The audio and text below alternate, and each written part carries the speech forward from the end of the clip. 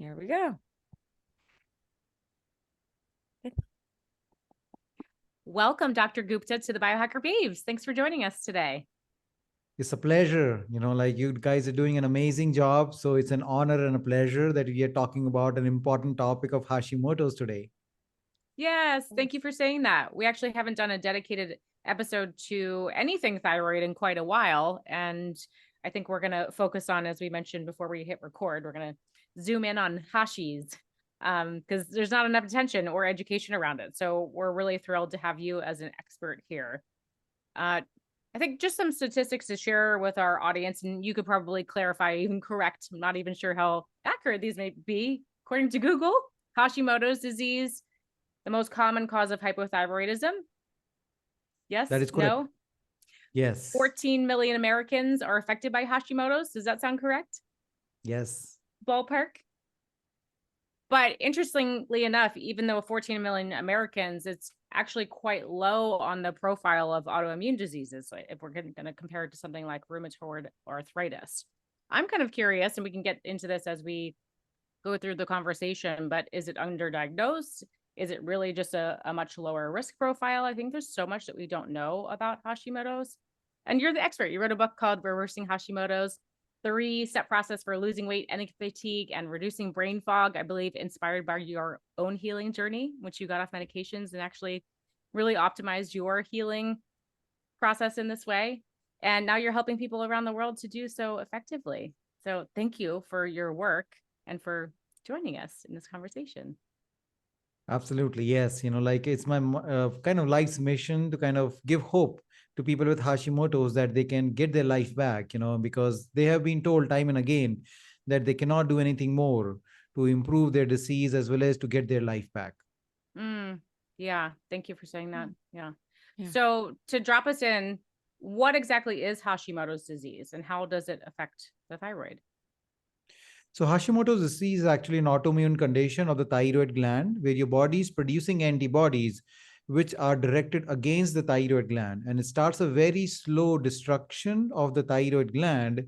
And it takes sometimes weeks to months to years to finally destroy the thyroid gland. And it finally leads to what we call as hypothyroidism or low thyroid. So majority of people actually do get diagnosed with hypothyroidism and they don't even know the exact reason of the hypothyroid, which is actually in fact Hashimoto's disease. Yeah. And what do you think the missing link is from hypothyroidism to Hashimoto's? Is it that just most physicians are only looking at TSH? They're not looking at a full thyroid panel. They're not testing antibodies. What's the missing piece? Link? Yeah, so the missing link is that, the conventional medicine doctors do not have a treatment for Hashimoto's. So once you don't have a treatment for Hashimoto's, why to even check or bother about it? Because their protocol is not going to change. Because the treatment for Hashimoto's is still the same, is that if your thyroid is not able to produce enough thyroid hormone, they are just going to put you on the levothyroxine medicine to supplement that thyroid hormone. They literally do not have any protocol or any medicine at this point of time that can lower the antibodies or address the autoimmune portion of Hashimoto's disease. Yeah, that's really interesting. Yeah. I imagine, and we also know there's a lot of missing opportunities here from addressing gut pathogens, nutrient deficiencies, maybe heavy metal, toxic exposures. How much of that, when it comes to Hashimoto's, is overlooked? So again, like looking at Hashimoto's, most of the people do not understand what exactly is happening in Hashimoto's disease. They feel that Hashimoto's is another like thyroid condition, just kind of, even like, a lot of functional doctors, they're just thinking, okay, well, Hashimoto's disease, don't do levothyroxine, that is synthetic hormone. Let's put you on a natural version of, thyroid hormone, like Armor or Nature's Thyroid. That's it. You're fine. Go home. Maybe just kind of pay a little bit of attention to your lifestyle. Not that, like that doesn't work, because still that is not going to the root of the problem. Research is very clear. Hashimoto's disease happens because of the interplay between a person's genetic pool and the environment around them. So that's what the research says. Now, the environment around them is still yet to be defined. And that's where, like I was under this quest to define this environment around a person which leads to Hashimoto's disease. So that's where, like I defined several different environmental factors which do affect Hashimoto's. And most of the people will have multiple environmental factors which are combined together leading to Hashimoto's disease. When we talk about root cause approach, people are saying, okay, well, what is my real reason of getting Hashimoto's disease? And what they're actually referring to is that what is that one thing which caused my Hashimoto's? And what I want to people to understand is that, we have to give up this thinking of just one thing. That doesn't happen with Hashimoto's disease. It's a combination of things which leads to Hashimoto's. So unless we find all the root causes, unless we find all of the problems which are leading to Hashimoto's disease and address all of them, Hashi doesn't get better. And I think that's the reason a lot of females or people continue to suffer from symptoms. Research suggests that more than 60 to 70% of Hashimoto's patients, even though they are taking medicines, still continue to suffer from symptoms of Hashimoto's disease. Wow, that's a huge statistic. Yeah. Such a great insight and point that it's not a singular root cause. And I think this really needs to be said over and over again and more and louder. It's root causes for most of our chronic diseases, right? It's multifactorial. So do you think a lot of people are running into this issue where they find maybe one root cause and they go, oh, that was it, I'm done, I don't need to look anymore? Is that That's common? correct. Yes. Yeah, very, very common. People come to see me. Oh, well, I'm already improved my diet. I think I'm very healthy. I've addressed everything. I've changed my diet. I've given up gluten. I still don't see a difference. I think there is no hope for me. I don't know what else to do. And I will say, okay, well, hold on, slow down. I said, that's fine. Just slow down. Food is just one root cause, right? And you addressed one of those root causes, but there are others that we still have to address and work on. Some people have worked on the gut, some people might have worked on the toxins, but there are very few who have looked at all the different root causes and worked on all of them and have not seen results. Yeah, so I would love to break down the root causes for people. And maybe we start with food, because I think that is one that a lot of people go to first. They hear, give up gluten and dairy. Okay, that's step one. But let's break down. So what would you say are the top foods people need to cut out? And then maybe we can get into what foods they should include that can actually support the thyroid. Absolutely. So the top foods, that people should cut out if they have Hashimoto's disease is gluten, dairy, soy, corn, caffeine, alcohol, sugars, and then processed food and processed meats. Okay, I have to ask It's a long why? list. Yeah, why the caffeine? What's the connection there? Is that more of the adrenals and cortisol component, or is there something else going on there? So caffeine is still a toxin for our body, right? We obviously, it's like one of those addictions which is socially acceptable, right? That's what I call caffeine as, right? Yes, So yes. any kind of toxin we put in our body still has to go through the same detox system. We have one detox system that all the toxins basically flow through.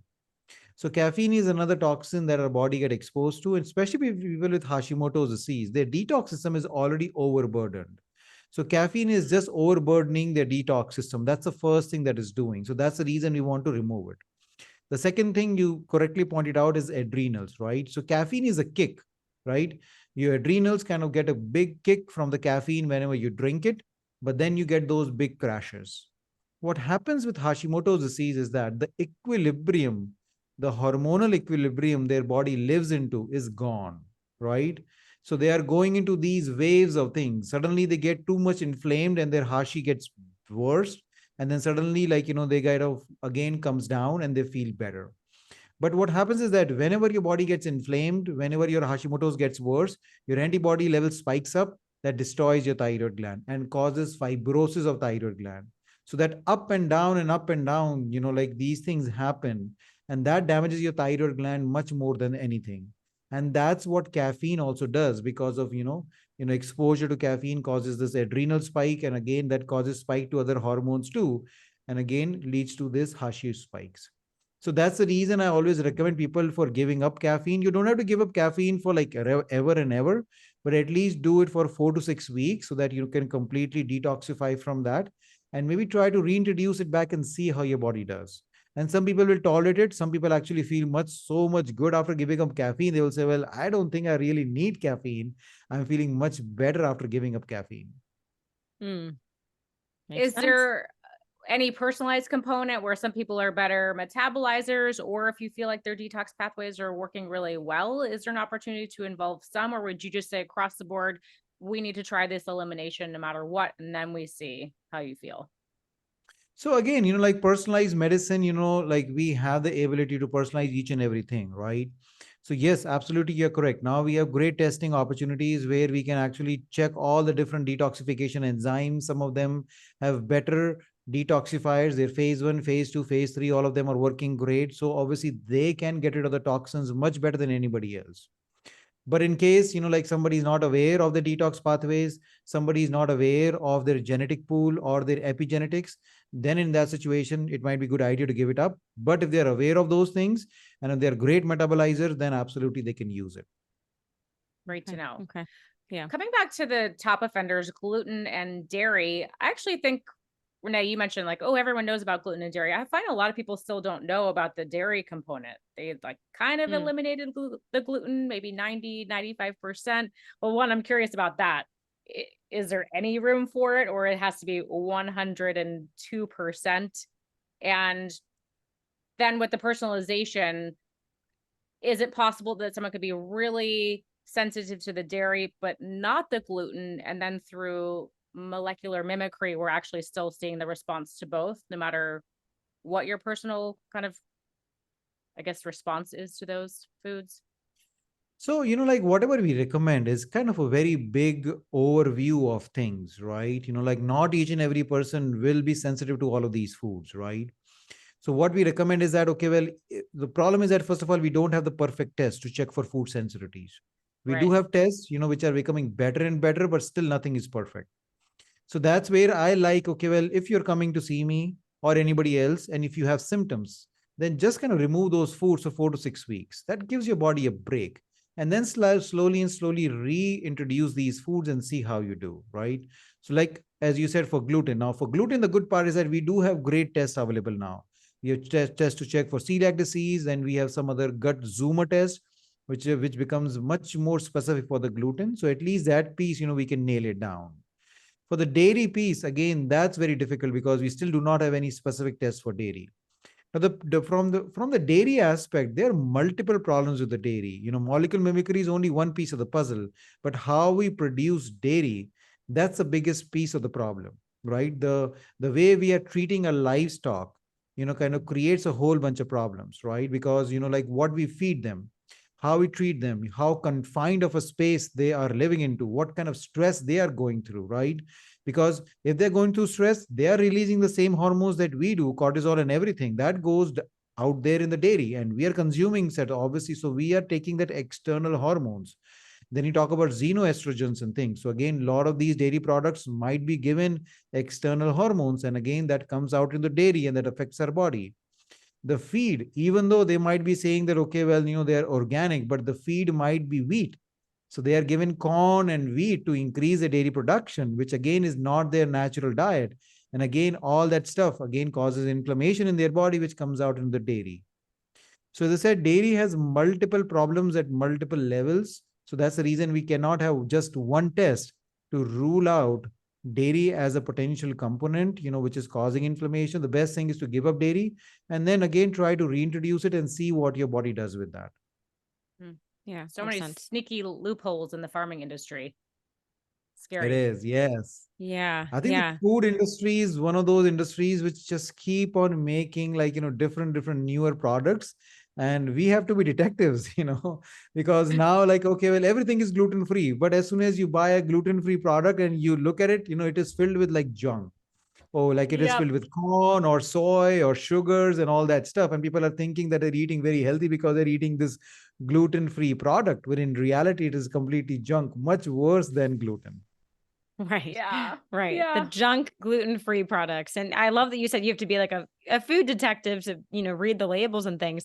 I was actually just on a flight, and I guess when I went to the bathroom, the flight attendant had put one of those little snack packs on my seat. And just out of curiosity, I was like, what's in this? And I flipped it over. I'm still not really sure because it wasn't like there was no picture on it or anything, but it must have had 40 ingredients in it in this little packet. I can, canola oil, wheat, gluten, all these kinds of things. I'm like, frightening. So yes, definitely read your labels. So it sounds like, so really starting with kind of like an elimination diet, cutting these top offenders out, seeing how we feel. And then the big question I always get from clients is, well, then what do I eat? If I can't eat all these things, what do I eat? So do you have any like top food recommendations that people should focus on? Absolutely. And again, like, the way we have focused on the diet is that, we have created these kind of, restrictions in terms of people, oh, this is the calorie, this is the macros, and this is the quantity. So people are very hardwired to think about food in that particular way, just about the quantity. And they've forgotten totally about the quality of the food. And that's what, I think we are focusing on now is about quality of the food, not just about the quantity. So in our diets, we kind of give, people, okay, well, these are the foods that you eat and you can eat them as much as you like. Doesn't, don't care. Just fill your tummy to as much as you can. So in that aspect, vegetables are great. So we ask our clients, 50% of your diet should be vegetables. Doesn't matter what kind. Obviously, we are talking about non-starchy vegetables, not just potatoes. So don't fill your like plates with potatoes, but French all fries. the I know, right? So all the colorful vegetables, non-starchy vegetables you can find are really good. So eat them, whether it's in the salad form, raw form, sauteed form, steamed form, all of them are great. So that's the first thing that people should be eating. The second thing people should be eating is good quality protein, right? Again, protein is a building block. So definitely all of them need proteins. Your thyroid also needs protein, different kinds of amino acids. So that's very important. If you do eat meat products, then chicken, fish, turkey, again, obviously eating them organic, is really good. If you are not a meat eaters, then obviously you can kind of supplement your proteins through like, your lentils, your beans, your nuts and seeds. Those are options to do that, but good quality protein is very important. Then next comes the good quality fats. Again, as a food industry, we have blamed fat in the last 50 years for everything. So everybody's in a low fat diet. What we forgot to tell people is that there is good fat and there is bad fat. So you have to stay away from bad fat, but you need to include good fat. People don't know that each and every cell of our body is lined with fat. So we need that fat. 60% of our brain is made with fat. So if you don't have good fats in our diet, then obviously our brain doesn't work, our body doesn't work. So include that good fats, whether that is the fatty fishes, whether those are like, your olive oil, your coconut oil, avocados, again, nuts and seeds, almond, walnuts, chia seeds, flax seeds, all of those things are good fats that you need to include those. And then after that, in the end, include your gluten-free grains. Either you can include some quinoa or some brown rice. Those are good grains that can be helpful for your body. So that's the way, like if you kind of plan your diet with starting with, your meal with a big plate of veggies, then, like adding some protein, then adding some good fats. And in the end, if you eat some good quality grains, gluten-free, this is the diet where you're getting all the right nutrients to support your thyroid, to support Hashimoto's, reduce inflammation in the body, getting all the vitamins and minerals that your body needs. Great. Yeah, great What list. about superfoods like organ meats and cacao, raw cacao? Perfectly fine to do. No issues. Yeah. Again, try to get it from good sources. That's the main important thing because again, these things can, again, cacao powders often are like kind of laden with a lot of toxins. Some of them can have lead toxins in them and other things mixed into it. So make sure you're getting a good cacao powder in that way. And same with organ meats, again, organic, grass fed, like looking for that options is also important. Yeah.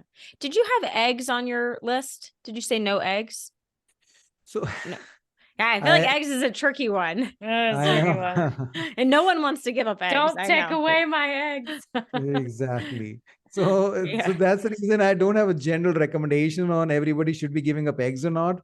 But Okay. again, I have problems with the egg industry, the same thing. And that is again an industry which fools people a lot. Organic cage-free eggs, right? Like again, organic feed means they can be getting organic wheat. They might be getting organic corn, but that is not their regular diet, right? Cage-free means that they don't have to be locked into a very small cage, but they can be locked into a room, right?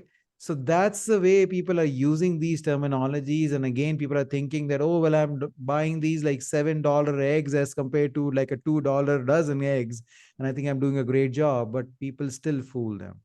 So if you have access to a local place where, you know that they are free range, where actually on the ground eating what they want to do, and they're doing the right practices, then those eggs are generally fine. But otherwise, if you're just relying on the stores, just do your research. And if you really have to know about those farms before you buy those eggs. I agree. You have Yeah. to do the research because we all fall victim to the marketing. Even I do with the organic egg section. And I think it's EWG came out with like a new rating system for eggs. And there were a lot of really top egg companies that I thought were safe, and they gave them really poor ratings. It's like you have to constantly be updating these things. It's kind of scary. Yeah. Ooh. Exactly. And that's what I said, like food is such a thing that, you think, like you are doing a good job or everybody's doing a good job, but suddenly like, the food industry is just one step ahead of you of Yeah. making a fool Always. of people. That's what I always say. Yeah. They're very Yeah. good at the game. If it's a game, I don't know. What Yeah. about any other foods that we may want to avoid, like goitrogens, seaweed? Actually, I would love to talk about iodine. Too much, too little. What do we need to know about iodine? So all the three topics are great. So let's touch base on the goitrogens first. Okay. So again, like, this is a kind of a very popular myth that, like we have to avoid these goitrogenous foods, like especially these like cauliflower, cabbages and broccolis and things. Now, this research actually came about 50 years ago, which was done in rabbits. They were given these goitrogenous foods, too many of them, and it was seen that they affected their ability to utilize and absorb iodine from the gut. Okay. And that's the reason it was, like seemed to be bad. Now, at that time, the number one reason of hypothyroidism was not Hashimoto's disease, but it was low iodine. Okay. And that's the reason we actually came to know about thyroid disorders, right? But then, the world over, we have added iodine to each and every food, especially on the salt. So now the number one reason of hypothyroidism is Hashimoto's disease and not iodine. So that goitrogenic theory doesn't apply for majority of the people anymore. In fact, there are a couple of research studies which shows that in Hashimoto's people, these goitrogenic foods are really good because all these, like cauliflowers, like cabbages, broccolis, they are like high in antioxidant compounds, quercetin, they're high in detox compound like sulforaphanes. So that's the reason they're really good for Hashimoto's patients. So they can easily eat it. And I prefer like people to eat them in huge quantities because they're completely safe to do that. So that's about the goitrogens. The Awesome. second question about seaweed or the seafoods. So seaweed, again, they are good amount of iodine. And I think in limited quantities, we do need iodine. Okay. So I think those are perfectly safe to do that. Unless a person is taking an external supplement of a high dose iodine, then obviously they can avoid it. But otherwise, normal amount of seaweed is perfectly fine. Now coming to the last question about iodine, whether it's good or bad. So you're correct. You're absolutely correct that the research says that too much of iodine is bad for Hashimoto's and too little bit of iodine is also bad for Hashimoto's. So do we test? Do you think it's reliable to look at iodine in serum blood testing to as like a reliable marker about whether or not we need to adjust supplementation or foods? So we do not have a perfect test for iodine. That's another problem. So there are like different ways to check iodine. It's a serum test, then it is also urine test, a spot urine test, as well as 24-hour urine collection. 24-hour urine collection comes to the closest to being accurate, but it is kind of a very difficult to do test, and still we cannot completely rely on it. So that's the reason, like iodine is still a big issue. All right. So what we have come to the conclusion is that, like we do need iodine, okay, but we don't need high doses of it. So again, the way we can do it is that either include like a small dose of iodine into the supplementation or use food as a source of iodine, which can be your salt, which can be, again, as we discussed, these seaweeds, or sea vegetables and things. And if you're taking iodine as a supplementation, again, sticking with low dose, between 100 to 200 micrograms, do not go like some people are taking like thousands micrograms of iodine, which I think is too much for Ooh. them. Wow. Wow. Yeah. And Yeah. it seems like, I mean, a lot of people that have been on like this health journey have switched to, sea salt, pink salt, Himalayan salt. And we're not doing the iodized salt anymore. So do you think just adding in some seaweed is probably the best place to start for those people? Or would you recommend ever using iodized salt? I think I'm okay. Again, like depends on person to person, right? Yeah. In some people just hate those seaweed. They just don't like those sea vegetables because they have a very different taste to it. So I said, okay, well, if you cannot have sea vegetables or seaweed, you don't want to take a supplement, then, iodized salt is the best thing because you need iodine in that diet, right? But if you can eat seaweed and sea vegetables, definitely those are the best choices because they have so many other benefits beyond the iodine, those seaweeds and sea vegetables. So that would be my first choice.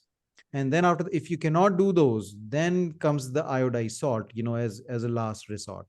And obviously, adding some iodine to the supplementation is perfectly fine. So some of the good supplements will have lesser amount of iodine between 100 to 200 micrograms, and I think that's a pretty safe limit to do that for people. Okay. Oh, good to know. Okay. I'm seeing it pop up more and more in multivitamins, just seems like a trace amount. So it's kind of nice to know. But I think, again, we have to put, the responsibility back on client patient. You have to do your homework. A lot of people just start collecting supplements and they're not cross-referencing.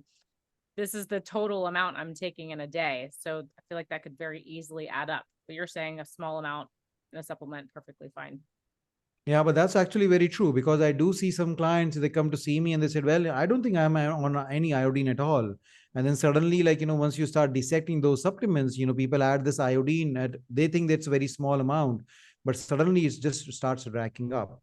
So again, Yeah. supplement industry is one of those industries again that, hides a lot of things. And unless again, what you're taking, you can actually miss a lot of things. So absolutely looking at all the supplements and then calculating the total iodine content is very important. Okay. Okay. So also kind of on the lines of nutrition, what are your thoughts on fasting? Is there a place for it? Should we avoid it if we have thyroid issues? 'Cause it's such a hot Great topic. question. There's such as a yes, and I love this topic, because obviously intermittent fasting and fasting is such a fascinating topic. Everybody wants to do that, because, for the, reducing inflammation, losing weight, obviously biohacking, anti-aging perspective. In Hashimoto's, it's a two-edged sword though. The Okay. reason being, like there are several research studies which have shown that people who are doing longer fasts, longer means anything more than 24-hour fast, it does impact your thyroid. Because what is thyroid, right? Thyroid gland is, or thyroid hormone is a metabolic hormone that is responsible to run the metabolic machinery. That means how much energy that your body needs to produce to keep sustenance happens. Now, whenever you go into the fasting mode beyond 24 hours, then you go also a little bit in that starvation mode where your body feels, okay, well, I don't have the food, so I might enter the starvation. So I need to reduce the consumption of how much energy I am utilizing. So the best way to do that is that reduce your thyroid hormone. That's kind of a feedback loop that happens for people. Okay. Now, again, people who are healthy, who are perfectly fine, once they start eating again, the thyroid hormone levels do come back to normal, right? But again, people with Hashimoto's, as I said, their body doesn't like that again yo-yo thing happening too much with their body. So sometimes longer fasts are not the best thing for people with Hashimoto's disease because that can lead to actually making a little bit or like, symptoms worse for Hashimoto's patients. So intermittent fasting is fine for most of the Hashimoto's patients. But again, intermittent fasting, a lot of people are going up to 20 hours of fasting in a day because they feel that the longer fasts are actually better for them. Again, what I feel is that between 16 hours is actually a good amount of time for intermittent fasting for Hashimoto's patients. Going beyond that again might be too much for them. And again, taking breaks, like again, doing it for 5 or 6 days and taking a break for a day or two, again, helps those Hashimoto's patients. There is also some concern, especially with females or middle-aged females, around their periods, like before the menstrual period, because their hormonal shifts are happening. And again, they're already going to that hormonal shift, which is putting their body a little bit at a more stressful journey. And then having Hashimoto's and then doing intermittent fasting, again, might upset, like some of the hormonal imbalances. So again, being more careful around your periods time, or maybe not doing it at the time, might also be beneficial for them. So a little bit more complicated topic, in terms of fasting for Hashimoto's. So again, double-edged sword, works great for some people, but it might not work good for all of the people with Hashimoto's. Yeah. So just to Right. clarify, of course, we want to look at the menstrual cycle, make sure we're not fasting in times when hormones need to be nourished. at thyroid issues in general, it sounds like fasting is not too detrimental because as soon as we refeed, we're actually, the thyroid is kicking back and responding.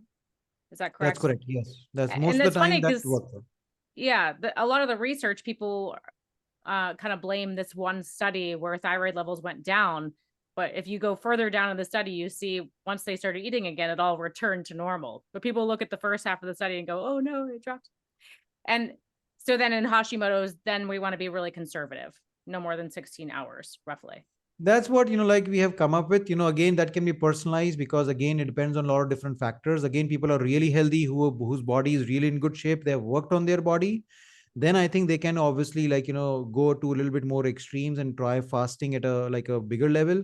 But people who are already having too many symptoms and they're just starting their healing journey, I don't recommend fasting for them as a first resort. I think working on all the other things, food, stress, supplements, toxins, working on all of them first. And then once you've worked on all of those things, then introducing fasting later on, I think would be a good choice. Great. Yeah. Yeah. I think you want to kind of create that safety in the body. Like we're getting the nutrients, we're getting the food, we're doing the things, and then we can look at the fasting. So yeah, that makes perfect sense. So I would love to talk about another root cause, toxins. And I know this can be a really big bucket, right? We have maybe viral infections, heavy metals, environmental toxins. I will let you start. What do you think is a priority when we start looking at this bucket? Absolutely. So the toxin starts, like we know about age-old heavy metal toxins. For centuries, we know that the heavy metals have caused various issues in our body and they continue to do so.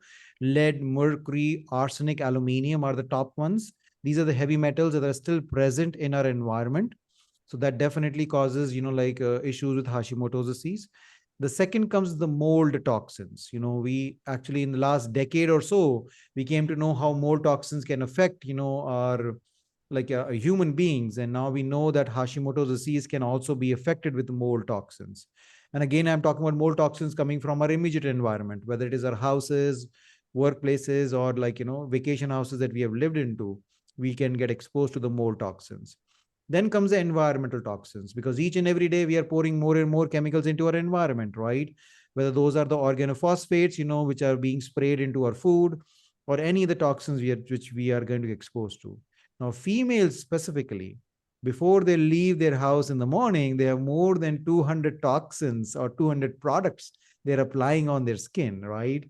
And skin is the biggest organ of our body. So anything that we apply on the skin do get absorbed into our bloodstream. And what people don't know is that, this is very small amount of toxins, but day in, day out, all of these toxins, when they go to the bloodstream, they actually go to your thyroid gland and it starts getting deposited over there. And from weeks to months to years, then they reach the toxic level. So that's the reason, knowing about all of these toxins are very important, and exposure to them, is important to know where they're coming from and then reducing the exposure. Because each and every of my clients, definitely toxins are playing a role. 99% of my clients have some kind of toxins which are playing a role. So that's one of those root causes. I always tell people that, okay, well, you do have a toxin, so you need to kind of definitely address it. But again, being cautious over here. A lot of people are going online and buying these detox products or detox programs and then going through a detox on their own. That is dangerous. I've seen so many clients of mine coming to see me. Oh, well, I did this detox protocol, actually made things worse for me. Now, obviously, you did that because there is a science behind detoxification. How I explained the different phases of detox. So it is very important to optimize all the phases of detox, just not like going online and buying this detox product, which is going to be useful. Actually, you need to work with a professional to proper detox your body. Yes. Thank you for saying that. Yeah, it's like, right, like you said, phase 1, phase 2, phase 3, and some people will just buy a supplement that's like just phase 2 or just phase 1. It's like, yeah, definitely have to be careful with that. So thank you for saying that. Yeah. Yeah, toxins are so kind of hidden into everywhere. So that's again, a lot of people are not even aware where these toxins are coming from, right? So like for heavy metals, we see mercury definitely coming from a lot of fish. Like people think, oh, well, I'm eating the healthy protein. This is like the fish, right? Especially a lot of people like to eat tunas, but we know that they can be high in mercury, right? So again, looking at what fishes are safe, from mercury standpoint is very important. The second plugin, which actually I came to know, by my own research, was that a lot of people are taking these fish oil supplements. Now, people don't realize that these fish oil supplements are also coming from fish. And if you're buying from a company which is not checking them for mercury, then you're actually giving all that fish oil with mercury in your system. So very important to buy good quality fish oil supplement, because that can also be a reason that, you might be high in mercury. And So that's to where be lead comes supplementing in. with a toxic heavy metal, quite scary. Exactly. So it's very Yeah. important to again research your supplements, because again, this is another industry where not all the supplements are the same, right? There are companies which are making supplements, they do not test it, they actually add medicines to their supplements, so much so they're going to that route. So very important to buy from the right source and right company, so that you know that you're putting the right thing in your body. Do you Yeah. recommend any kind of testing to determine which heavy metals are the problem, or if mold is the problem? Like Yeah, I organic mean, acid or people, anything? right. So people can afford the testing, then definitely that's always nice, because then we can be more specific. Because obviously we can kind of, do a general detox by working on all those phases, but there are specific detox products for each and every toxin, right? So if we know that particular toxin, then we can actually work on that particular one. So again, for heavy metals, there are different kinds of tests available. One is a urine test that checks for heavy metals in the urine. The second one is a hair analysis that checks for heavy metals in the hair. Lot of people are checking heavy metals in the blood, but that is not the most accurate way, because blood is actually checking us for the current exposure, but it is not giving the total body burden of that heavy metals in the body. So that's the reason urine and hair analysis is good for the heavy metal piece of it.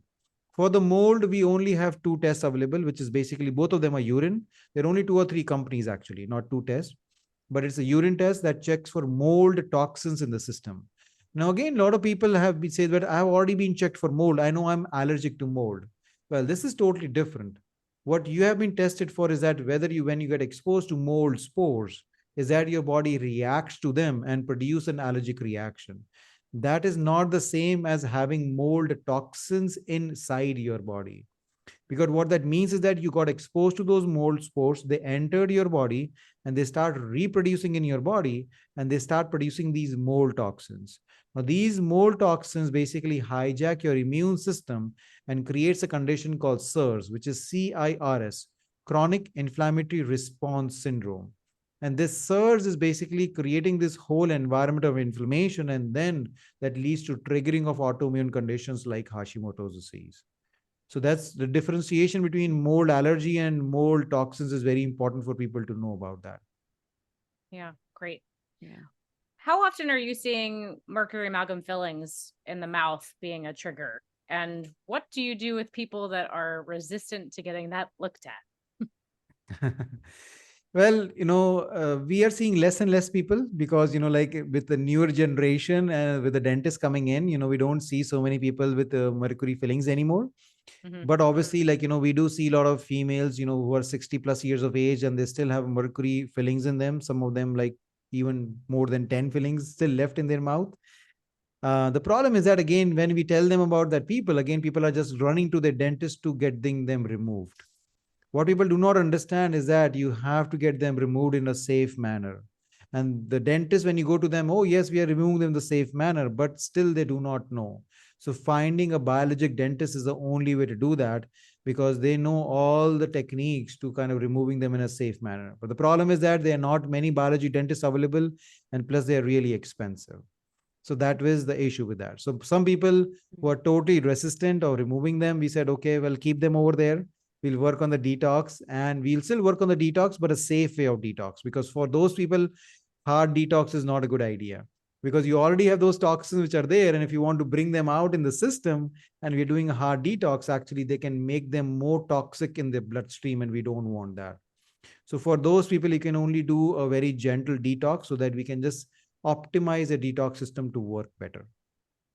Yeah. With Hashimoto's, people are already having a lot of symptoms. We definitely don't want to make them feel worse, right?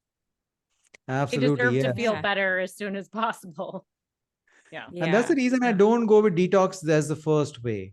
I always tell people, your body is already inflamed, your body is already broken. This is not a good time to detoxify. Let's first rebuild your body. Let's focus on kind of healing your body. Once your body is a little bit stronger, then that is the time to work on the detox, because detox is an energy intensive procedure, right? It requires a lot of calories, a lot of vitamins, a lot of minerals, a lot of antioxidants from the body to do that, right? So which body is already broken down, you cannot do detoxify at the time. So that's the last thing that we work on people's body as detoxification. Yeah. Hmm. And Okay. rest, which Yes. perhaps people with Hashimoto's are already in that fight or flight going already. Yeah, in that aspect, we can talk about exercising, because obviously, like, we always want like people to do exercising, right? And exercising is great.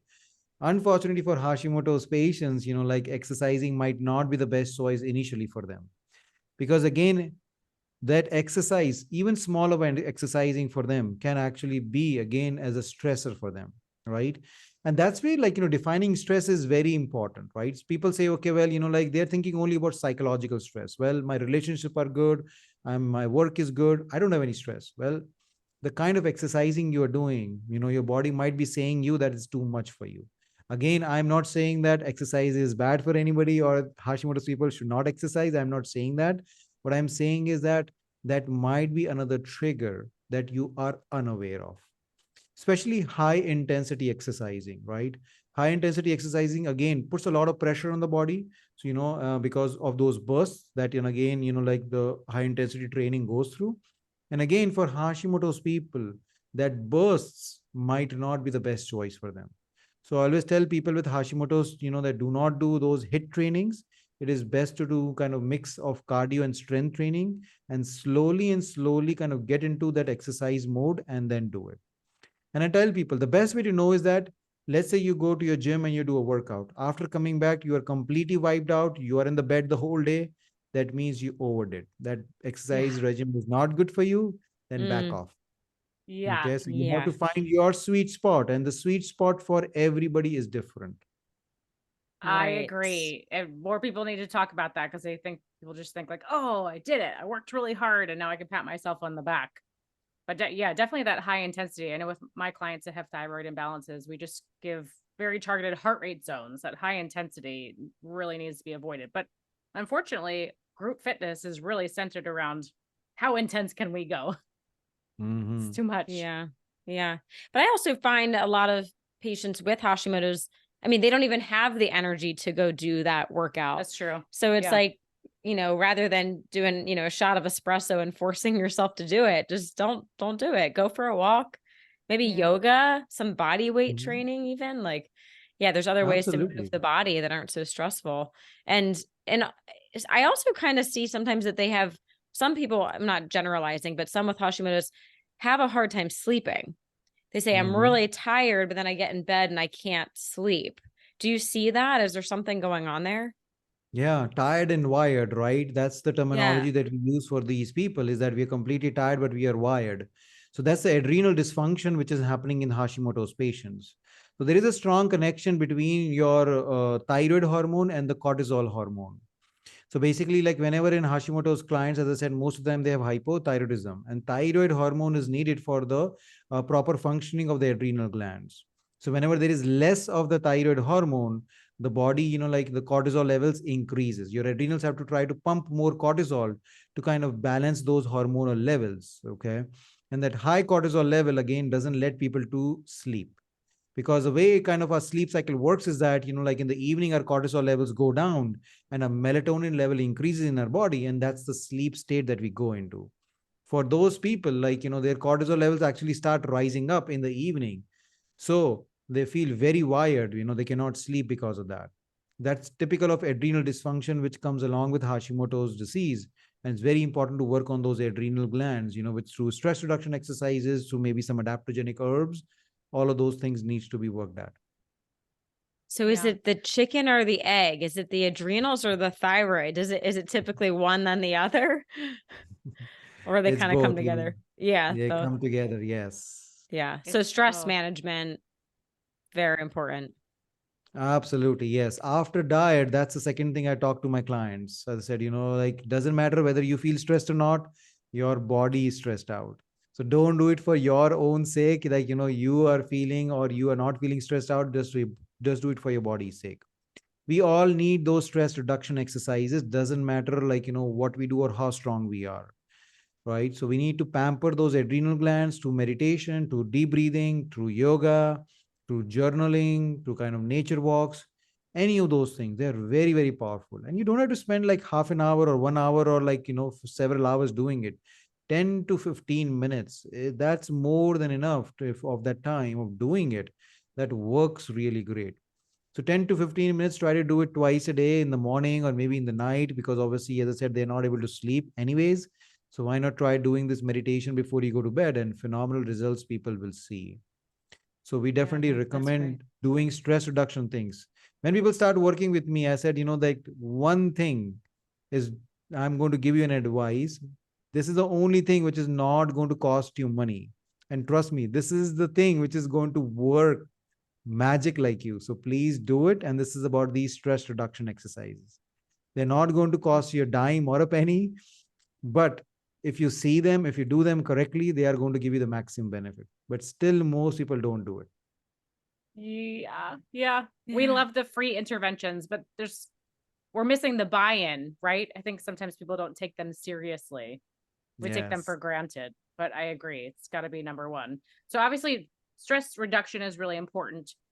Could we also go other end of the spectrum downstream, looking at neurotransmitters, like if they're not sleeping, just to get them sleeping better in the meantime, looking at something like GABA, because if they're stuck in that fight or flight and we're getting the imbalances in the Absolutely. nighttime, Yeah.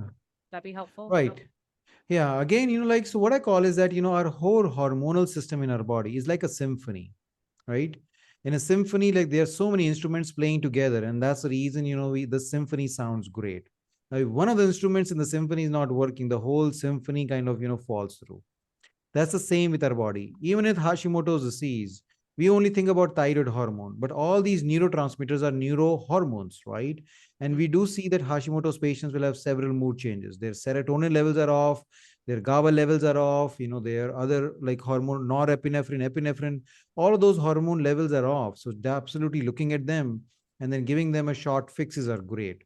So in sleeping, obviously melatonin is great. GABA works like magic for these people because it's so calming. And a lot of these people again are feeling so anxious, like so stressed out all the time. Like even small things, they will just kind of get stressed about it. And GABA will kind of soothe in all that stuff. So absolutely, they can use GABA, they can use valerian roots, they can use hops, they can use melatonin, magnesium. All these great things, can be definitely as a good aid to help them to sleep. Yeah. So many great natural options. natural options. This whole episode, I'm just like, this is so empowering. I think for anyone listening with Hashimoto's, like, I hope that they're feeling like there's so many things that they can do. It's not just take this medicine and I'll see you in 6 months. There's so much we can do. So I think this is really empowering. I'm curious, this is maybe a little selfish. I don't have Hashimoto's, but I've had Epstein Barr reactivation issues for many years. And as soon as I kind of let my diet, my sleep, my stress slip it a little bit, that's when I feel the ramifications of that. So, and there's also research showing that Epstein Barr is now linked to increased risk for MS, cancer. I'm curious, is there any link with Hashimoto's or thyroid Absolutely. issues? Oh, yes, yes. We have at least more than 10 studies which have clearly shown that, reactivation of Epstein-Barr virus has been linked to Hashimoto's disease. So that's one of those infections that is like clear association with Hashimoto's disease. But again, telling people it is very important to understand that we are not talking about the acute infection of like Epstein-Barr. We are talking about the reactivation of Epstein-Barr. And that's where people, when they go to the doctors, oh well, I think like I heard this podcast and this guy was talking about I have a Epstein-Barr virus infection causing my Hashimoto's, and they will order this monospot test to check for acute phase of like Epstein-Barr because of infectious mononucleosis. That is will be negative. And he said, oh look, like it is negative, you don't have Epstein-Barr virus infection. Well, that's not the test we're talking about. We're talking about much detailed analysis of your Epstein-Barr virus titers, right? The IgG antibodies, the IgM antibodies, the nuclear antigens, the nuclear antibodies, looking at the whole complete picture, then you kind of get to know whether there is a reactivation of Epstein-Barr virus in that particular person. But yes, it is very common. Reactivation of Epstein-Barr virus can definitely trigger Hashimoto's. Okay. In that same vein, is it worth looking at TH1 versus TH2 and the dominance there and trying to balance the immune system in that way? Absolutely. So again, I think, like what we're trying to understand is that all these chronic diseases, right?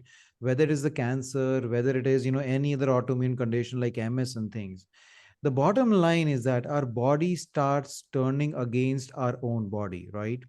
Same thing happens in cancer. What we are looking at is that the tolerance, right, in our cells goes away in cancer. And that's the reason they just start kind of, divide crazily, right? And that's again the immune system which keeps the tolerance there. And because the tolerance is gone between the ta1 and the like the t1 and the t2 response, and that's the reason we see cancer as an immune diagnosis and not just an overgrowth of cells, right? So same with Hashimoto's disease. Absolutely, it's an interplay between the two immune responses, which again gets triggered or get changed with different kind of viruses. And Epstein Barr virus is definitely one of those. We do see that happening in a lot of like COVID infections also. That's what COVID, a virus, was doing, it entering our immune system and turning it against our own body. And that's the reason we were seeing all those kind of people dying from COVID because of their immune system destroying their own body through clots or like, overwhelming their lungs and things. Yeah, the Mhm. cytokine Yeah. storm, right? Like we activate the immune system. It's so hard to get out of that vicious cycle. It's really tough for people. Terrible. Absolutely, Yeah. yes. And a lot of people don't realize it in Hashimoto's, like we are just seeing a lesser version of that cytokine storm or that immune response in Hashimoto's disease. And that's the reason people do not die, but their body is dying from inside. I kind of give an example of like termites in the house, right? The house looks really beautiful from outside. It looks very strong, but the termites are eating that house from inside. That house might not crumble in a day, but one fine day, if you touch the whole house crumbles. And you think, well, from outside the house look perfectly fine. And this is Hashimoto's. It is eating the body from inside, slowly and slowly. It is giving some signs and symptoms to people to kind of pay attention to it. Okay, there is a problem inside, please pay attention, do something about it. But most people are not aware of what to do to get better. And that's the reason their house, their body is crumbling and they are still feeling worse about it. Yeah. Yeah. It reminds me of like the saying of like the walking wounded, where it's like, you see the person they're going to work, they're taking care of the kids, they're doing all the things. They're healthy, but really they're tired, they have brain fog, they have gut issues. It's like, people try and mask the things that they think are maybe normal. They're common, but they shouldn't be normal. So yeah. Yeah. Well, thank you for empowering and educating people. We're getting the word out. We promise. Yeah. So I think we can't finish this conversation without talking about testing, because that's a really big overlooked opportunity. Most people go to their GP, they get their TSH, maybe T4, and that's it. That's the end of that. What are the biomarkers that we really need to be looking at? And then especially for Hashimoto's, we want to always be looking at antibodies. Is that sort of like the key star? That's true. So the thyroid testing, again, it's very important for people to know what it means to get a complete thyroid panel and Hashimoto's panel. So for that, it is very important to understand, like, how our body produces thyroid hormone. So like it starts all the way in our brain. We have this master endocrine gland called pituitary that produces the TSH, which is the thyroid stimulating hormone. Now, TSH is actually not a thyroid hormone, right? It is only a signaling hormone from your pituitary to your thyroid gland, which is located in your neck, to start producing thyroid hormone. When the TSH reaches your thyroid gland, it starts producing the thyroid hormone called T4. Now, T4 is kind of the inactive thyroid hormone that your thyroid gland produces. It circulates in your body, and in the body cells, it needs to be converted to a more active version of thyroid hormone called T3, right? So if you're just checking your TSH, you're not checking the actual thyroid hormone. So first of all, asking your doctor to do a complete thyroid panel of doing the TSH, free T4, free T3 is very important, so that you, first of all, how your thyroid is functioning. Now, this test is not checking for Hashimoto's. So for Hashimoto's, you need to go beyond it and get your antibody levels checked. So the two antibodies to get checked for Hashimoto's, one of them is TPO, which is the thyroid peroxidase antibody, and the second one is thyroglobulin antibodies. Now, if any of these antibody levels are higher than the reference range given by that lab, That itself is diagnostic of Hashimoto's. You do not need to get a biopsy. You do not need to get an ultrasound to prove it. Presence of antibody levels higher than the reference range is diagnostic of Hashimoto's disease. But it is very important to know that, because then you can take relevant steps to lower the antibodies and get to know what is the reason of your hypothyroidism and how you can get it better. Right. And if someone is doing all of the interventions that you mentioned today, how quickly do you think we can start to see a shift in those antibodies? 3 to 4 months? Like, when do we want to recheck to make sure we're going in the right direction? I think 3 to 4 months is a good amount of time to recheck those antibodies so that, we can see they're coming down. They might not come back to normal or zero in that time. That takes a little bit longer than that, but definitely 3 to 4 months, people should start seeing a shift in lowering their antibodies. Excellent. Yeah. So Great. more frequent testing perhaps for a lot of people. Yeah, but Yeah. that's where the problem is, right? Because a lot of doctors will not be open into ordering these tests again. Because for them, once you get the antibodies, they will always be higher than what they were previously were, right? They will not believe you, or they will not support you saying that you can do things to lower the antibodies, right? So that doesn't happen for them. So when you ask your doctors to repeat those antibodies, they said, well, why do you want to repeat it? They will still be there. They will not be lower. So they Right. will not order those things, but try to find a doctor who works with you, who's ready to order those antibodies, and do relevant things, to lower them down. Because when we work with the clients, we definitely see improvement in their antibodies. They always go lower, and sometimes they always, come back to normal also, oftentimes. Yeah. All right. Well, if you can't get the test, yeah, maybe time for a new doctor. And Dr. Gupta, are you accepting new patients right now, or virtually, or?